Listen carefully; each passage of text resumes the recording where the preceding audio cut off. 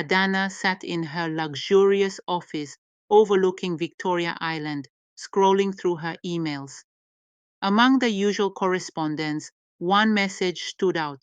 It was unsigned, with the subject line, "Pay up or else." Her heart skipped a beat as she clicked it open. The email contained a threatening message. 10 million naira, or the whole of Lagos will see what you've been hiding. Attached was a picture of her face clumsily superimposed onto an explicit image. She gasped, her blood running cold. Adanna was no stranger to dealing with business rivals and online trolls, but this was different. The image, though fake, was damning enough to cause significant damage to her hard-earned reputation. A wave of dread washed over her as she realized the sender had knowledge of her private life. "Who could hate me this much?" she murmured to herself. The email claimed there would be more leaks if she didn't comply. She quickly forwarded it to her assistant Kunle, instructing him to get her cybersecurity team on the case. "Find out who's behind this," she said, her voice steady despite the storm brewing inside her. As the day dragged on, she tried to focus on her work, but the fear lingered. Her husband, Tayo, noticed her unease when she got home that evening. "Is everything all right?" he asked, feigning concern. She hesitated, then shared the email with him. He shook his head. "People envy your success, my dear. Don't let them get to you." Little did Adanna know, the true enemy was much closer than she thought. Adanna was more than just a CEO. She was a Lagos icon. Her tech company, Zenith Solutions, was one of the fastest growing firms in Nigeria, and her achievements had made her a household name. She was the epitome of elegance, often gracing society pages in exquisite designer gowns, attending galas, and rubbing shoulders with influential figures. But beneath the polished exterior, her life was far from perfect. Her husband, Tayo, was a charming man on the surface. With his sharp suits and easy smile, he played the role of a supportive spouse flawlessly. They had met 10 years ago, back when Adanna was still building her empire. Tayo had been one of her biggest cheerleaders, always encouraging her to dream big. But over the years, his enthusiasm had waned. He often made snide remarks about her late nights at work or the attention she received from the media. Adanna brushed it off as harmless insecurity. As she navigated the world of Lagos high society, Adanna never imagined her success would make her a target, not just of jealous strangers, but someone she trusted most. She began to notice strange things happening. Fake news articles about her company surfaced online, and rumors about her personal life began to swirl among her social circle. Friends started avoiding her, and whispers followed her at events. Adanna chalked it up to the usual pettiness of the wealthy elite. Little did she know, the poison was coming from within her own home. The first anonymous threat had shaken Adanna, but it wasn't the last. Over the next few weeks, her inbox was bombarded with emails from untraceable accounts. The messages grew more menacing. "Your secret is out," one read. 20 million naira, or your friends see this next.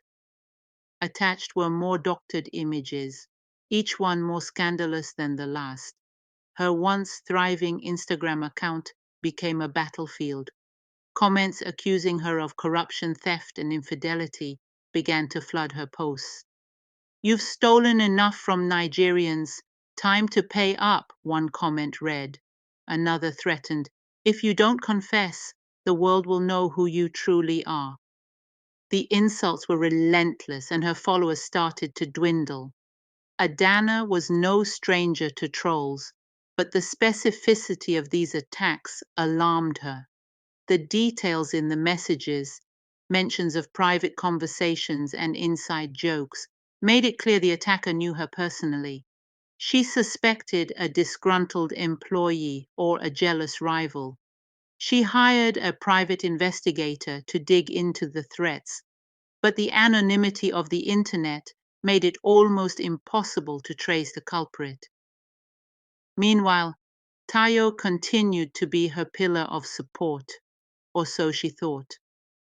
Ignore them, darling, he would say, holding her hand. You've worked hard for your success. This is just jealousy. His words comforted her, but his actions raised no red flags. She believed him. Adanna had no idea she was sleeping next to the person orchestrating her downfall. One evening, Adanna was home alone, scrolling through her phone to distract herself from the growing chaos. Just as she began to relax, her phone rang. The caller ID was hidden. She hesitated but eventually answered. A deep, distorted voice came through. Adanna, your time is up. The police are on their way to arrest you. Her heart leapt into her throat. Who is this? She demanded, but the caller hung up. She sat frozen, staring at the phone. The message was vague but terrifying. Was someone trying to frame her for a crime? The calls didn't stop. Over the next week, Adanna received multiple threatening calls, all from hidden numbers. Some claimed to be law enforcement investigating her for fraud, while others demanded money to bury the evidence. One night, a caller chillingly whispered, "You won't survive this." Adanna began to dread her own phone. Every buzz made her jump. She confided in Tayo, who was quick to reassure her. Ignore them, he said, pulling her into a hug. They're cowards hiding behind phones. They can't touch you. His calmness steadied her, and she started to believe he might be right. But the calls escalated. They began at all hours of the day and night, disrupting her sleep and her work. Adanna grew paranoid, checking over her shoulder constantly. Little did she know, every time she looked to Tayo for comfort, he was secretly relishing the chaos he had created. Adanna's social circle was her sanctuary until it wasn't. The people she had once trusted began to pull away. It started subtly, with cancelled lunch plans and unanswered texts. Then, at a charity gala one evening, her best friend Chiamaka barely acknowledged her. Is something wrong? Adanna asked, genuinely concerned. Chiamaka hesitated before responding. I didn't think you were that kind of person, Adanna. Her tone was icy. Adanna was confused. What do you mean? She pressed. Chiamaka sighed, then leaned in and whispered, someone sent me emails, pictures of you, compromising pictures. They said you tried to bribe someone to cover it up. Adanna was horrified. It's not true, she said, shaking her head. Those pictures are fake. Someone is trying to destroy me. But Chiamaka didn't look convinced. I don't know what to believe anymore, she said before walking away. Over the next few days, Adanna heard similar accusations from other friends. Some openly confronted her, while others simply stopped returning her calls. Her once bustling social life dwindled to nothing, leaving her feeling isolated and betrayed. She couldn't understand how the attacks were so personal, how the lies were so perfectly crafted to sever her strongest relationships. Each loss felt like a dagger to her heart, and the loneliness became unbearable. Adanna began to question everything and everyone. Who hated her enough to destroy her life piece by piece? And why did Tayo seem so unconcerned about her crumbling world? Adanna couldn't take it anymore. The constant attacks, the threatening calls, and the fractured friendships were too much to bear. She decided it was time to fight back. She called a meeting with her cybersecurity team at Zenith Solutions, explaining the situation in detail. "I need you to trace these threats," she said firmly. "Emails, phone numbers, social media accounts, everything. Someone is targeting me, and I need to know who." Her team, led by Kunle, got to work immediately, using every tool at their disposal to unmask the culprit. A week later, Kunle returned with grim news. "Whoever is behind this is very careful," he explained. "They're using VPNs and burner accounts. It's almost impossible to trace them directly, but there's something odd." He hesitated, glancing at Adanna. "Most of the activity is happening within Lagos, specifically close to your residential area." Adanna frowned. "Close to my home?" The revelation unsettled her. Could it be someone from her inner circle? A neighbor? A disgruntled employee who knew where she lived? She shared this information with Tayo later that evening. His reaction was predictable, calm and dismissive. "It's probably a coincidence," he said, pouring himself a glass of wine. "You live in Lagos. The threats could come from anyone in the city." But Adanna couldn't shake the feeling that the enemy was closer than she had imagined. She resolved to pay closer attention to everyone around her, including the man she thought she knew best. Late one evening, Adanna was searching for her iPad when she found something strange. Tayo had left the house for a business dinner, and she decided to tidy up their shared wardrobe. As she moved his shoes aside, a sleek black laptop caught her eye. It wasn't familiar, and Tayo had never mentioned owning a second laptop. Curiosity got the better of her. She opened it and pressed the power button. To her surprise, it required a password. Adanna tried the usual: Tayo's birthday, their wedding anniversary, but nothing worked. Frustrated, she put the laptop back and decided to confront him later. As she continued cleaning, she found something even more shocking. 3 burner phones tucked away inside a shoebox. Each one was different, with no case or identifying marks. Adanna's stomach churned. Why would Tayo have multiple unregistered phones? She quickly took pictures of the devices and the laptop for evidence. Her mind raced with possibilities, each more horrifying than the last. Could Tayo be involved in illegal activities? Or worse, could he somehow be connected to the threats against her?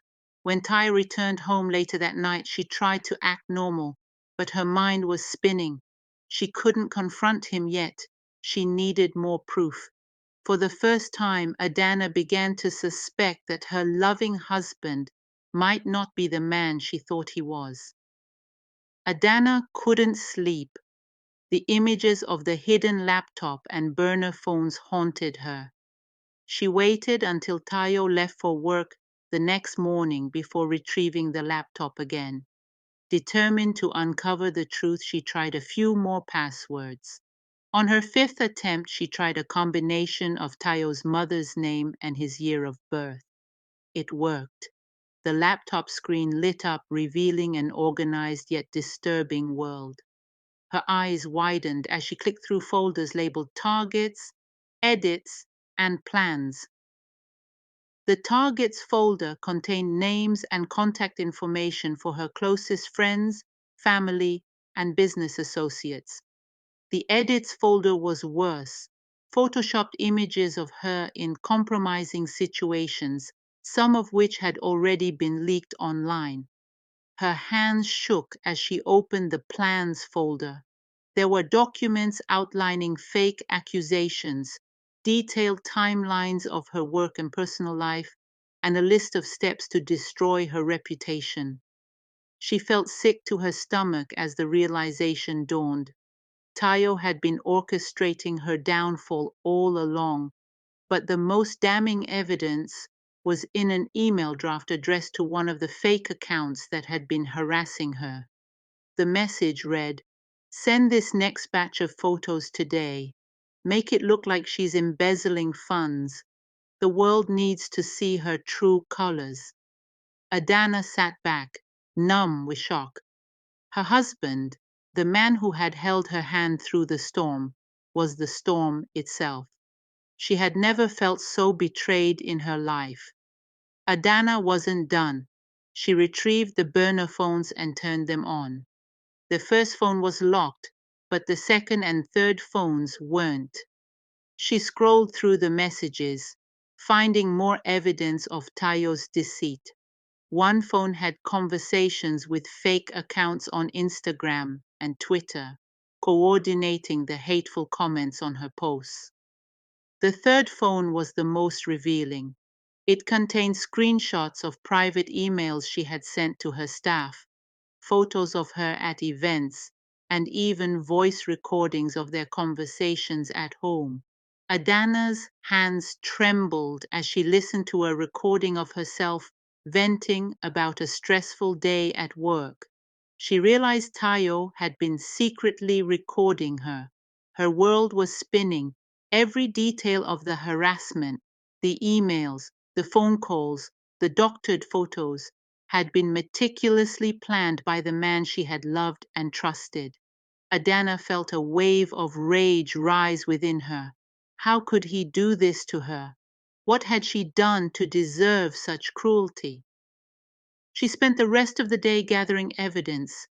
She backed up the files from the laptop and phones onto a USB drive, careful not to leave any trace of her discovery. Her mind was made up. She would confront Tayo, but not until she had a plan. This wasn't just a matter of personal betrayal, it was a criminal act, and she was ready to fight back. Adanna sat on the living room couch, her heart pounding. The USB drive with all the evidence rested in her pocket, but the weight of the betrayal felt heavier. She had replayed this moment in her mind all day, unsure of how Tayo would react. Would he deny it? Would he lash out? She braced herself as she heard his car pull into the driveway. Tayo entered, whistling casually. "Darling, you're home early," he said, loosening his tie. His demeanor was relaxed, as if he didn't have a care in the world. Adanna forced a smile, motioning for him to sit. "We need to talk," she began, her voice steady. Tayo raised an eyebrow, but sat across from her. "I found something today," she continued, pulling out the USB drive. "Your laptop, the phones, everything." The shift in his expression was immediate. The color drained from his face, and his confident posture faltered. "What are you talking about?" he said, his voice tight. Adanna placed the USB on the table. "I know, Tayo.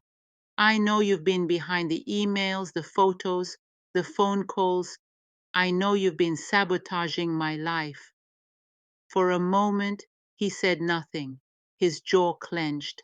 Then, to her shock, he leaned back and smirked. "And what are you going to do about it?" he asked, his tone dripping with contempt. Adanna's resolve hardened. "I'm taking this to the authorities," she said. "You will not destroy me." Tayo didn't bother denying it. "You don't get it, do you?" he sneered. "You've become so consumed by your success that you've forgotten who you are, who we are. I did this to teach you a lesson." Adanna stared at him, stunned by his audacity. "A lesson," she echoed. "You tried to destroy my life, my friendships, my career. And for what? Your ego?" Tayo stood up, pacing the room.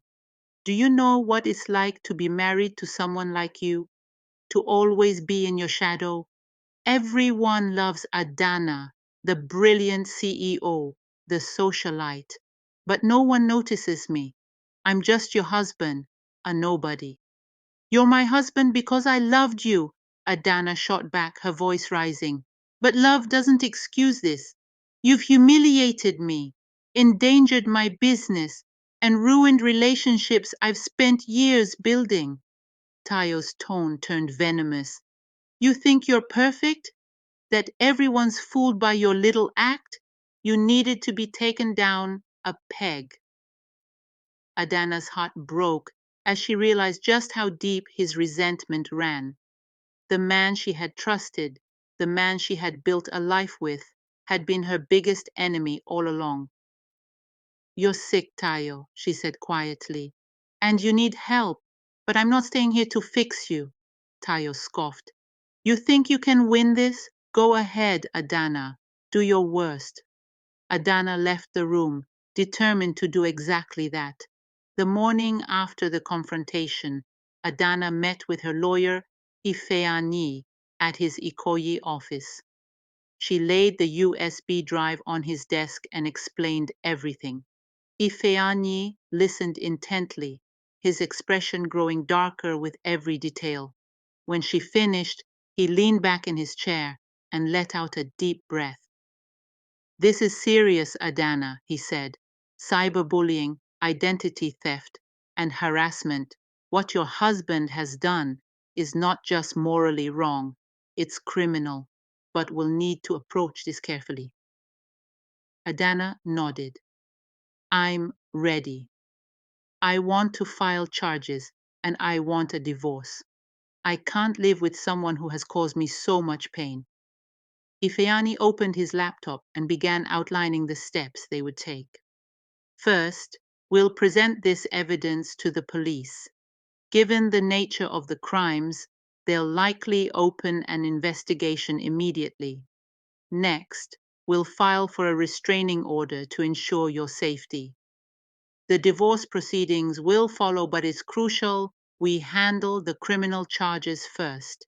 As Ifeanyi spoke, Adanna felt a mix of emotions: relief that someone believed her and was ready to help, but also anger at how far Tayo's jealousy had pushed her life into chaos. How long will this take? She asked. It won't be quick, Ifeanyi admitted, but with this evidence we have a strong case. Adanna left his office feeling both empowered and anxious. She knew the road ahead would be difficult, but she was determined to reclaim her life. Later that afternoon, Adanna walked into the Lagos State Police headquarters. The bustling station was intimidating, but she held her head high. Ifeanyi had accompanied her, carrying a folder with all the evidence from the USB drive. They were directed to an officer who specialized in cybercrime. The officer, Inspector Dyke, reviewed the materials with a sharp eye. This is quite extensive, he said, flipping through the documents. You're saying your husband orchestrated all of this? Yes, Adanna replied firmly. He created fake accounts, sent threatening messages, and even used doctored photos to damage my reputation. Inspector Dyke nodded. This is not just a case of harassment. He's violated multiple cybercrime laws, and the evidence is compelling. We'll need to bring him in for questioning. Adanna felt a pang of anxiety. What if he denies it? She asked. The inspector gave a small smile. Most people do, but the digital trail rarely lies.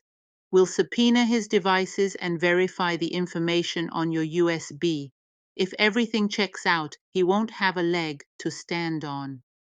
The formalities of filing the report took hours, but by the end of the day, Adanna felt a sense of accomplishment. She had taken the first step toward justice. As she left the station, she couldn't help but glance over her shoulder. For the first time, she feared what Tayo might do if he realized the extent of her resolve. But she reminded herself she wasn't alone anymore. 2 days later, Adanna received a call from Inspector Dyke. We've reviewed the evidence, and it's solid, he said. We're moving forward with Tayo's arrest. Adanna's stomach turned. The idea of her husband being handcuffed and dragged away felt surreal, but she reminded herself of the pain he had caused. She had to see this through. "What happens next?" she asked. "We'll bring him in for questioning," Dyke explained. "If he denies the charges, we'll subpoena his devices. Based on what we find, the case will proceed to court." That evening, as Adanna sat in her quiet home, she heard a knock at the door. Looking out the window, she saw two uniformed officers standing beside an unmarked car. Her heart raced as she realized the moment had come. She opened the door and watched silently as the officers entered. Tayo, who had been in the living room, looked up in confusion. "What's going on?" he asked. "Mr. Tayo Adekunle, you're under arrest for cyber harassment, identity theft, and related crimes," one officer announced. "You have the right to remain silent." Tayo turned to Adanna, his face a mix of shock and fury. "You did this?" he spat. "You'll regret this, Adanna." Adanna didn't respond. She stood still as the officers cuffed him and led him outside. As the car drove away, she let out a shaky breath. She didn't feel triumphant, just drained. The man she once loved was now a stranger, and their battle had only just begun. The courtroom was packed. Adanna sat beside her lawyer, Ifeanyi, her face calm but her hands trembling beneath the table.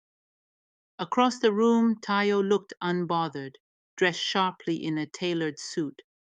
His confident smirk made Adanna's stomach churn. How could someone who had caused so much pain act as if he were the victim? The prosecutor began by laying out the charges against Tayo: cyber harassment, identity theft, defamation, and emotional abuse. They presented the evidence Adanna had provided: the USB drive containing doctored photos, threatening emails, and phone call records. The room fell silent as each damning piece was displayed on the large courtroom screen. Tayo's defense lawyer argued that the evidence was circumstantial. "My client denies any involvement in these activities," he said smoothly. "There's no direct proof that Mr. Adekunle sent those emails or made those calls." But then the prosecution revealed the turning point: metadata. The cybersecurity team had traced the source of many threats back to Tayo's devices. Even the burner phones had left digital breadcrumbs leading straight to him. The courtroom murmured as the evidence mounted. Adanna glanced at Tayo, hoping to see remorse. Instead, he looked angry, his confident facade cracking for the first time. When the session ended for the day, Ifeanyi turned to Adanna. "The evidence is overwhelming. It's only a matter of time." Adanna nodded, but the weight of the ordeal pressed heavily on her. Winning the case wouldn't erase the betrayal, but it was a step toward reclaiming her life. As the trial unfolded, the public opinion began to shift in Adanna's favor.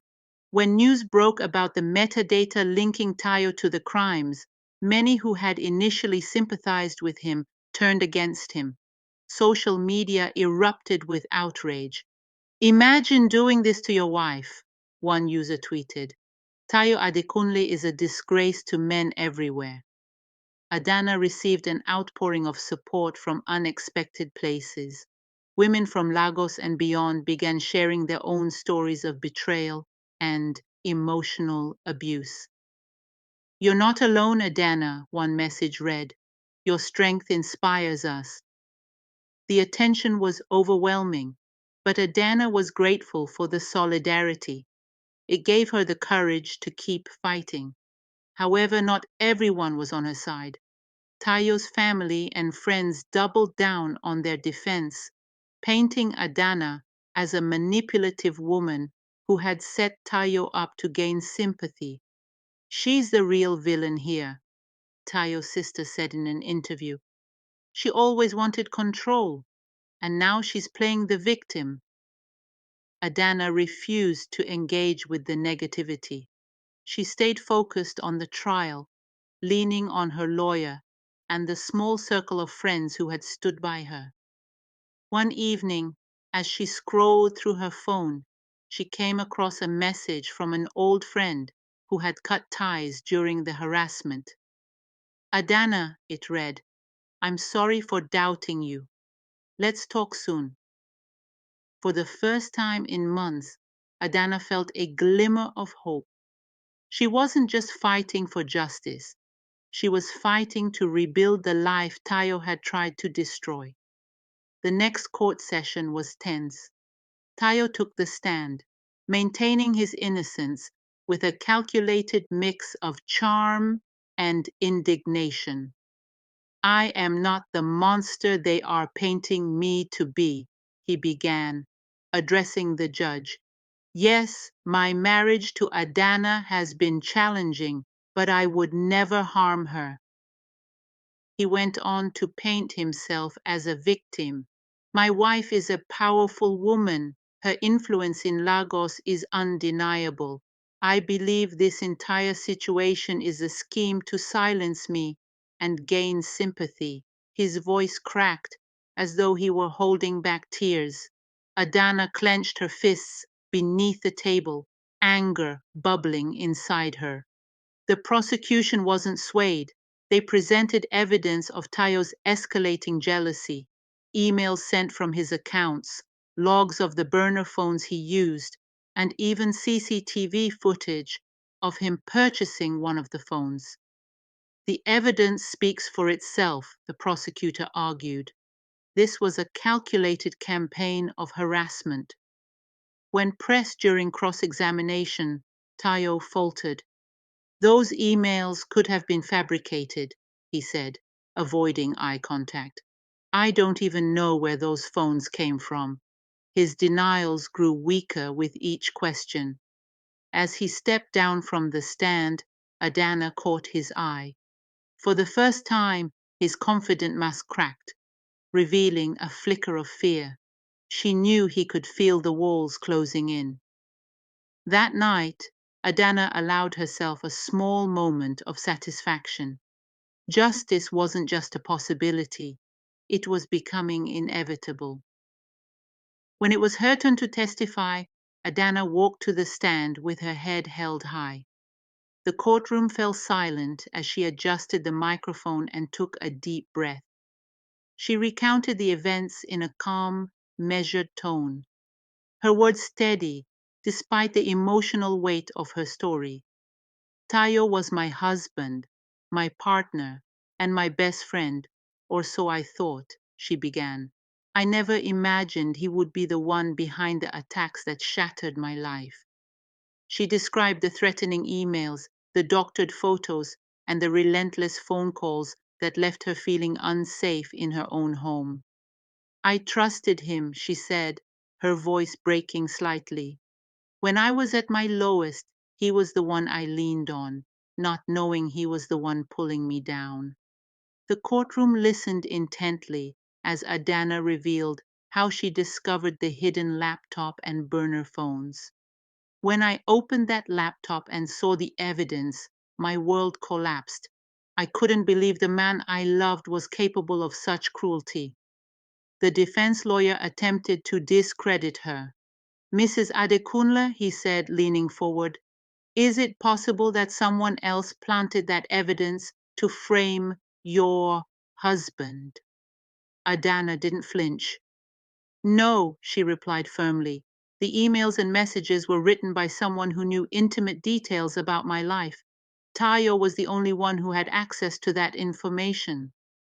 When her testimony ended, Adanna felt a wave of relief. She had spoken her truth, and she knew the evidence would back her up. All she could do now was wait. The prosecution's closing argument was as sharp as it was devastating. They pieced together every shred of evidence into a narrative so compelling, even the defense struggled to maintain composure. This is not just a case of a husband and wife with marital troubles, the prosecutor began, addressing the court. This is a case of premeditated emotional and psychological abuse. Tayo Adekunle used the anonymity of the internet as a weapon against his own wife. The prosecutor highlighted the digital trail left by Tayo, pointing to the metadata from emails and social media accounts, which directly linked him to the harassment. He didn't just target Adanna, the prosecutor said, gesturing to the audience. He targeted her friends, her colleagues, and her reputation, knowing full well what it would cost her. Adanna watched Tayo's reaction closely. He sat rigid in his seat, his smirk long gone. For the first time, he looked as though he realized the gravity of his situation. The prosecution then played a recording taken from one of the burner phones. It was a voice message Tayo had accidentally saved to the device, rehearsing what he would say as one of his fake personas. His voice echoed through the courtroom, cold and calculating. This is only the beginning, Adanna. You'll lose everything unless you pay up. Gasps rippled through the courtroom. The message was undeniable proof of Tayo's guilt. Adanna felt a wave of relief wash over her. Finally, the truth was laid bare for all to see. After weeks of testimony, arguments, and evidence, the day of the verdict arrived. The courtroom was packed with reporters, friends, and curious onlookers. Adanna sat with Ifeanyi by her side, her heart pounding as the judge entered and took his seat. All rise, the bailiff called out, and the room fell silent. The judge reviewed the evidence in his opening statement. This case is a stark reminder of the dangers of unchecked jealousy and abuse, he began. The evidence presented by the prosecution is overwhelming and leaves no doubt as to the defendant's actions. Tayo sat motionless, his face pale. His lawyer whispered something to him, but Tayo didn't respond. In the matter of cyber harassment, defamation, and emotional abuse, the court finds the defendant, Tayo Adekunle, guilty on all charges, the judge declared. He is hereby sentenced to 5 years in prison and ordered to pay restitution for the damages caused. The courtroom erupted in murmurs. Adanna closed her eyes, tears streaming down her face. She felt a mix of emotions, relief, vindication, and sorrow for what her life had become. Tayo looked over at her one last time, his expression a mixture of anger and defeat, before being led away by officers. As she left the courtroom, reporters swarmed her, shouting questions. Adanna didn't stop to answer. She was ready to leave the chaos behind and start rebuilding her life. Justice had been served, but the journey to healing was only beginning. The days following the verdict felt surreal to Adanna. For years, her life had been dominated by Tayo's subtle manipulations and later, outright attacks. Now, with him behind bars, she was finally free, but the damage he had caused lingered like a shadow over her life. Adanna returned to her Victoria Island office, unsure of what to expect. To her surprise, her staff welcomed her back warmly, their smiles filled with genuine relief. "We've missed you, ma'am," Kunle, her assistant, said as he handed her a cup of coffee. Her first task was reconnecting with old friends. She reached out to Chiamaka, who had distanced herself during the height of the harassment.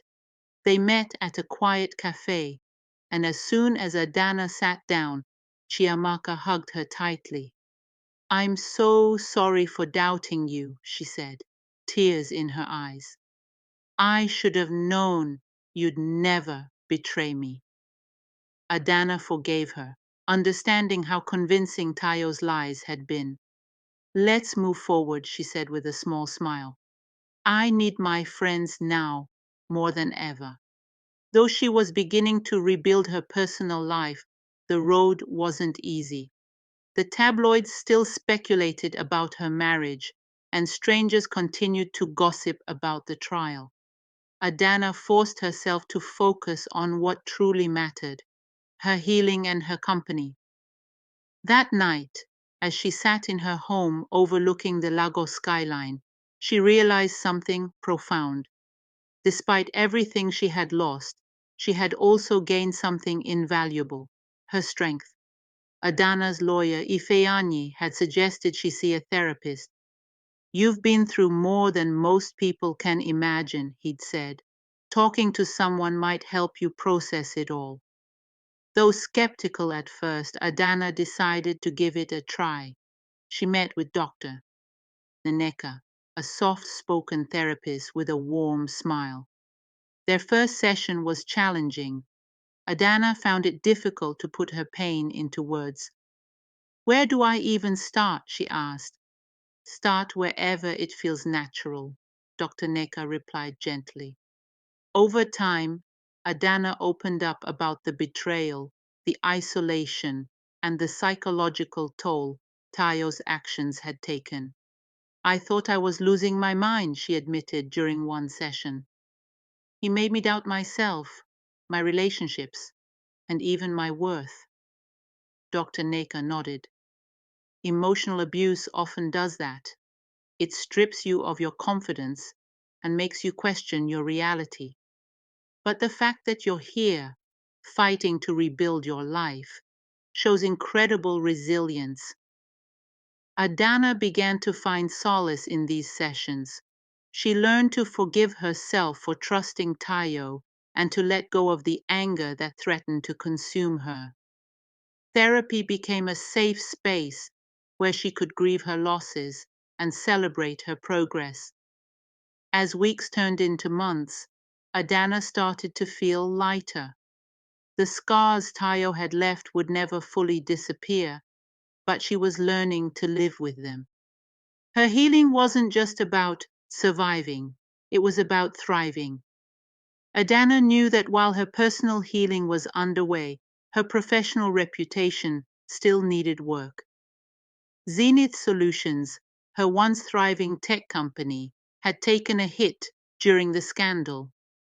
Some clients had pulled out, and potential partnerships were put on hold as rumors swirled about her involvement in fabricated controversies. It was time to take back control. She called an emergency meeting with her executive team. "I want us to focus on transparency and innovation," she said, addressing the room with renewed determination. "We've weathered the storm, and now it's time to remind everyone why Zenith is the best." Her team, inspired by her resilience, threw themselves into the task. They launched a PR campaign centered on Zenith's core values and upcoming projects. Adanna also began hosting webinars and interviews, discussing her company's vision and her commitment to integrity. She knew being open about her struggles would not only humanize her, but also rebuild trust. Within months, the efforts paid off. Old clients began returning, and new ones reached out, impressed by Zenith's unwavering commitment to quality despite the challenges. Adanna even secured a major government contract, a milestone that reaffirmed her position as a leading figure in Lagos's tech industry. One afternoon, as she stood in her office overlooking Victoria Island, her assistant Kunle entered with good news. "Ma'am, our profits this quarter are the highest they've been in 2 years." Adanna smiled, feeling a deep sense of pride. She had reclaimed her business, proving that resilience and hard work could overcome even the darkest of times. As Adanna's professional life stabilized, a new opportunity presented itself. A prominent publisher approached her with a proposal. They wanted her to write a book about her journey. Your story is one of survival and strength, the editor said during their meeting. It would inspire so many people. At first, Adanna hesitated. Writing a book felt deeply personal, and she wasn't sure she was ready to revisit the pain of the past. But after discussing it with her therapist, Dr. Necker, she realized the book could be another step in her healing process. It's not just about reliving the past, Dr. Necker said. It's about taking control of your narrative. Adanna decided to move forward with the project. She began writing in the evenings, pouring her emotions into every chapter.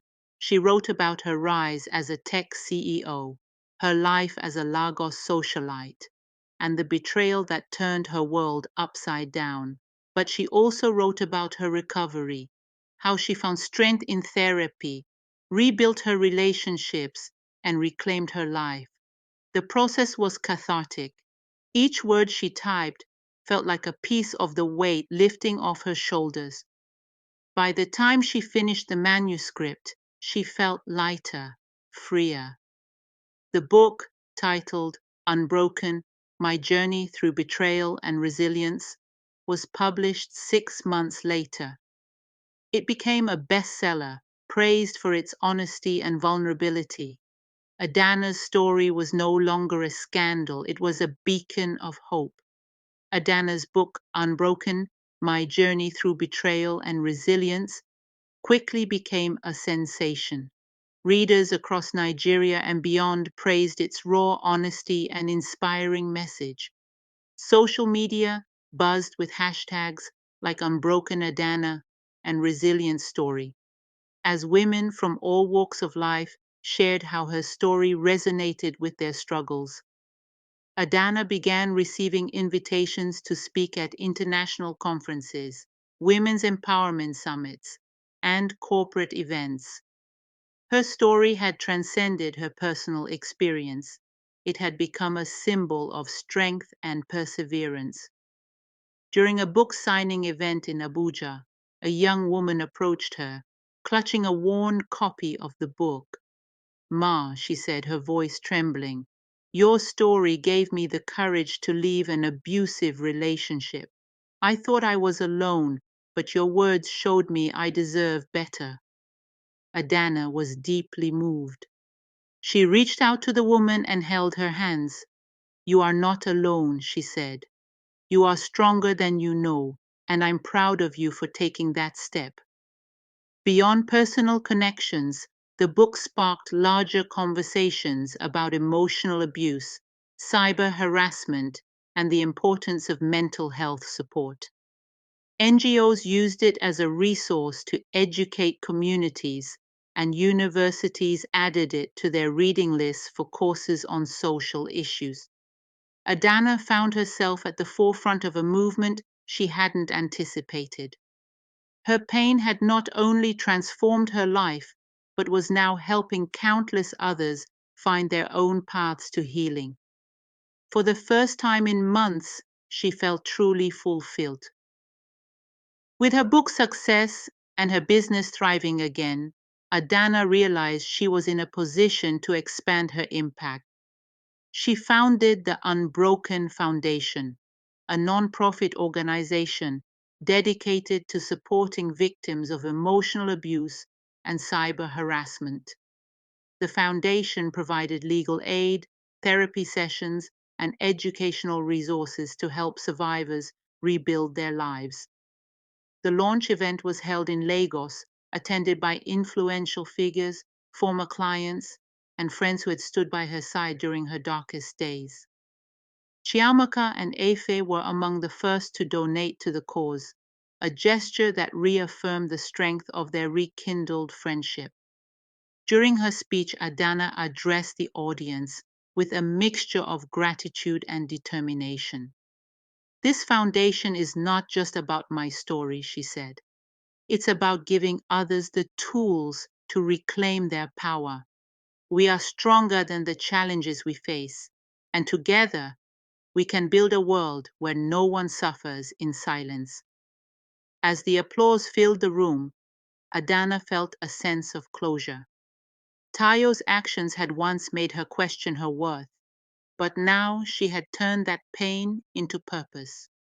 She had taken control of her life and used her platform to uplift others. Later that evening, as she reflected on how far she had come, she realized something profound.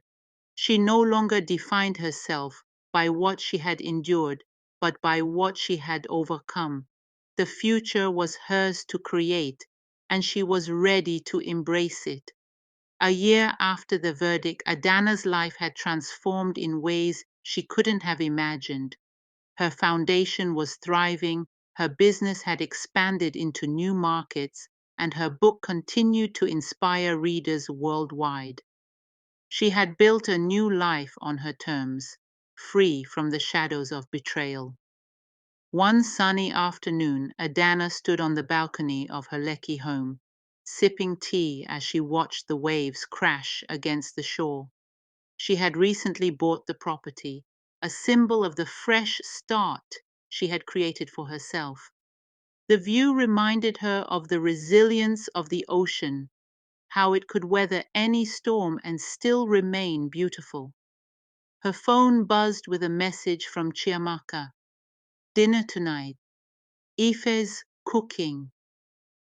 Adanna smiled and typed back, I'll bring the wine. As she prepared for the evening, she thought about the journey that had brought her here.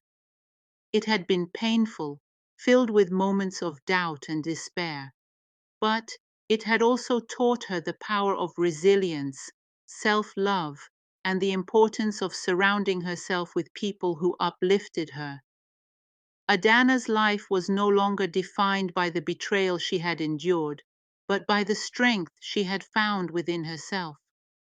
As she walked out the door to meet her friends, she felt lighter, freer, and ready to embrace whatever the future held. Her story was no longer about survival. It was about thriving. Thank you for tuning in to Tales Motherland again.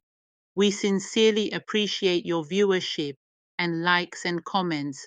Please be sure to hit the subscribe and like button and stay connected to us for new intriguing African stories and folktale. Once again, thanks for watching.